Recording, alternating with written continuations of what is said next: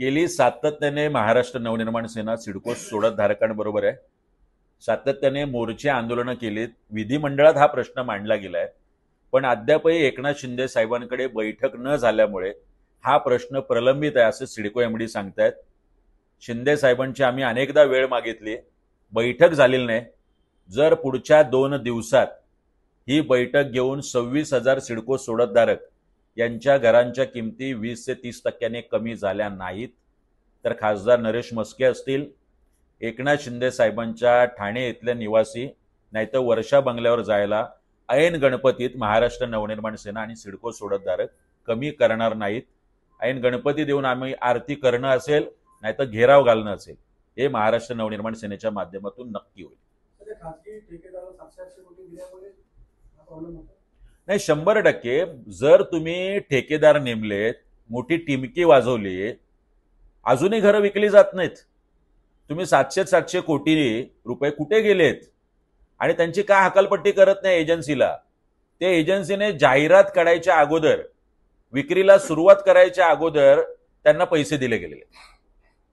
म्हणजे हे दुर्दैव आहे की ऐन काम झाल्यानंतर, म्हणजे ऍडव्हान्स दिलंय, त्याच्यानंतर पुढचं पेमेंट केले गेलेलं आहे.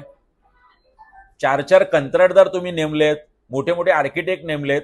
तर मला वाटतं या एजन्सीमुळे सुद्धा ते 1400-700 कोटी रुपये खर्च करण्यापेक्षा लोकांच्या घरांच्या किमती जर आपण कमी केल्या असत्या तर ही घरं 80-90-100% विक्री केली गेली असती. खरं तर आपण 2दा मोर्चा देखील काढला होता. सिडकोच्या घराचे दर हे कमी व्हावे, काय जाणून बुजून मनसेकडे नवी मुंबईच्या दुर्लक्ष केलं जातं? नाही, मला असं वाटतं हा क्रेडिटचा विषय नाही. मुळातच जर क्रेडिटचा विषय असेल तर आमची एकनाथ शिंदे साहेबांना आणि खासदारांना विनंती आहे, येणाऱ्या बैठकीत तुम्ही महाराष्ट्र नवनिर्माण सेनेला बोलवू नका. आमचे सिडको सोडतधारकांचे प्रतिनिधी येतील, आपण निर्णय घ्या, तुम्ही क्रेडिट घ्या.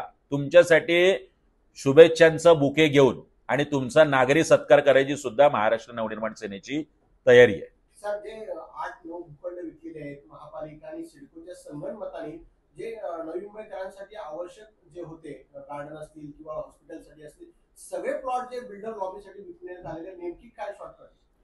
सिडकोची नवी मुंबई महानगरपालिका कार्यक्षेत्रात संपूर्णतः दादागिरी चालू असलेली दिसते आणि याला नवी मुंबई महानगरपालिकेचं प्रशासन, इथले आमदार, इथले मंत्री आणि इथले खासदार जबाबदार आहे. 4 भूखंड 7 लाख स्क्वेअर मीटरच्या पद्धतीने इथला बिल्डर विकत घेतो. 25 कोटी रुपये त्याची ईएमडी भरतो. जे पोलीस स्टेशनसाठी राखीव आहे, जे गार्डनसाठी राखीव आहे, जे मैदानासाठी राखीव आणि जे ज्येष्ठ नागरिक केंद्रासाठी राखीव, असे 4 भूखंड जे नवी मुंबई महानगरपालिकेच्या डीपी मध्ये मंजूर झालेले आहेत, ते भूखंड सिडको सर्रास विकतंय आणि इथलं राजकीय नेते, मंत्री, आमदार अजिबात बोलत नाही. मला वाटतं हा नवी मुंबई महानगरपालिकेच्या प्रत्येक नागरिकावर सिडकोने टाकलेला दरोडा आहे. कुठल्याही पद्धतीने कुठल्याही बिल्डरने तिथे पत्रे जरी लावले तरी महाराष्ट्र नवनिर्माण सेना ते उकडून टाकेल. ज्या 4 गोष्टींसाठी ते भूखंड राखीव आहे त्या 4 गोष्टी तिथे झाल्या पाहिजे. दुसरी कुठलीही गोष्ट महाराष्ट्र नवनिर्माण सेना खपवून घेणार नाही.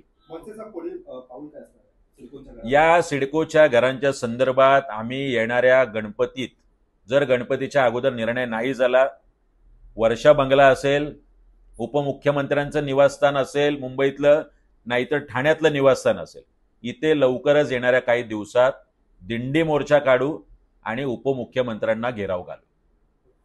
धन्यवाद. सर, एक हिंदी में जानना चाहेंगे. पण मी मराठीतच बोलेल, तू बोल.